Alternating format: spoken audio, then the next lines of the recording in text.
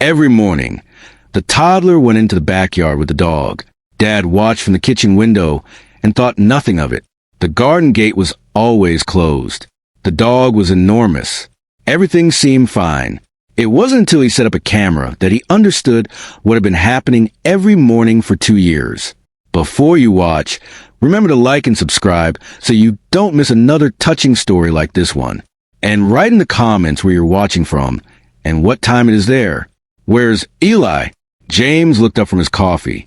Backyard with Bear, Karen said. James nodded and looked out the kitchen window. He could see them through the glass. His 2-year-old son in his red jacket, the enormous St. Bernard beside him, both moving slowly along the fence line the way they always did in the morning. He turned back to his coffee. This was normal. This had always been normal. Bear had come to live with them 8 months ago. The dog had been a gift from Karen's family. James had never asked too many questions about where he came from. Bear was a St. Bernard, 140 pounds of brown and white fur, a face that looked ancient and kind, eyes that seemed to understand more than they should. Eli had loved him immediately. Bear had loved Eli back in the quiet, deliberate way that large dogs sometimes do. Staying close, moving carefully, always aware where the small boy was. One morning that week, James found them like this. Eli asleep in the grass, his small head resting against Bear's side, his red jacket bunched up around his chin.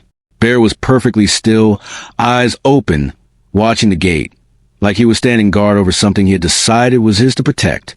James stood in the doorway for a long moment. He didn't go in. Every morning, they went into the garden together. Every morning, James watched from the window and felt something warm in his chest. He had never thought to wonder where they went. The garden was fenced. The gate was latched. Everything was safe. He had told himself that every morning for 8 months. He was wrong. The first time James noticed something odd was a Tuesday in October. He'd been watching from the window while Eli and Bear did their usual morning loop of the garden. Bear had stopped at the gate. He'd done something with his nose, a slow, deliberate push against the latch, and the gate had swung open. James had straightened up, but Eli had already turned away, distracted by something in the grass. Bear had pushed the gate closed again. James had stood at the window for a long moment, then told himself it was nothing. A week later, he noticed it again. Bear at the gate. That same deliberate push. This time, James watched longer. The gate opened. Bear looked back at Eli. Eli toddled toward him. Bear waited. Then the gate swung closed behind them. They were gone. James put down his coffee. He went to the back door and opened it. The garden was empty. He walked to the gate and looked through the gap. The street was quiet. No Eli, no Bear. He walked around to the front of the house. Nothing. His heart was hammering when they came around the corner 7 minutes later. Eli was holding Bear's lead. Bear was walking at the exact pace of a 2-year-old, slow and steady and unhurried. Both of them calm, like nothing had happened, like this was entirely normal. Where did you go? James crouched down in front of the son. Eli looked at him. Bear's walk, he said simply. James looked at Bear. Bear looked back at him with that dark, patient gaze that gave nothing away. James stood up slowly. He didn't know what to do with that answer. He watched Bear for the rest of that morning. The way the dog moved through the garden, slow, deliberate, always angled slightly toward the back gate, even when he was lying down. Like something was pulling him in that direction. Like something had always been pulling him in that direction. James had never noticed it before. He noticed it now. The neighbor stopped him that afternoon by the back fence. That dog takes your son out of the yard every morning. You know that, right? He shook his head slowly. I've seen them on the street alone. A dog that size with a 2-year-old. That's not safe. James didn't answer. He went back inside. He stood at the kitchen window and looked at Bear in the garden. That massive ancient face. Those eyes. He didn't know what he believed. It happened again the next morning and the morning after that. James watched from the window both times. He saw the gate open, saw them disappear, and saw them return 7 minutes later, calm and unhurried, as if the most natural thing in the world was a 2-year-old boy walking a 140-pound dog to the streets alone every morning. He asked Eli again. Bear's walk, Eli said again. like it was obvious, like it had always been obvious. Every afternoon, Bear sat at the back fence, not playing, not sleeping, just sitting, facing the street. James had seen it a dozen times and never thought about it. He was thinking about it now. James didn't sleep well that week. How long has this been happening? He asked Karen that evening. The gate. He opens the gate. They go somewhere. He paused. Eli calls it Bear's Walk, like it's a regular thing. Karen looked at him for a long moment. She didn't say anything. She stood up, carried her cup to the sink, and stood there with her back to him for a long moment. Then she said she needed to make a phone call. She went into the other room. James sat at the kitchen table alone.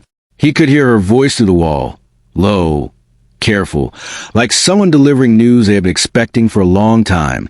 That night, James opened his laptop. He searched for St. Bernard aggressive behavior children. He read for a while. He got as far as a page of listings.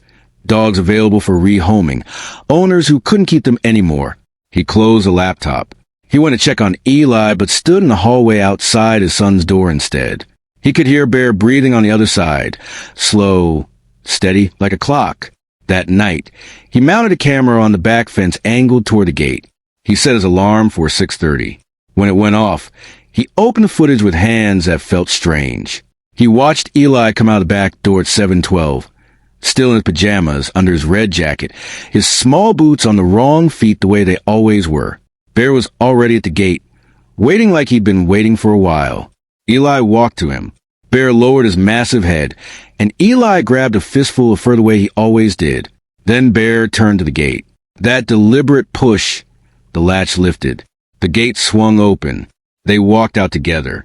James switched his phone and pulled up the street camera footage he'd requested from the neighbor 2 doors down. He found the timestamp. He watched his 2-year-old son and the enormous St. Bernard walk 3 blocks through the quiet morning street. Always to the right. Always the same route. Bear never pulling ahead, never falling behind. His massive body angled slightly toward Eli at all times.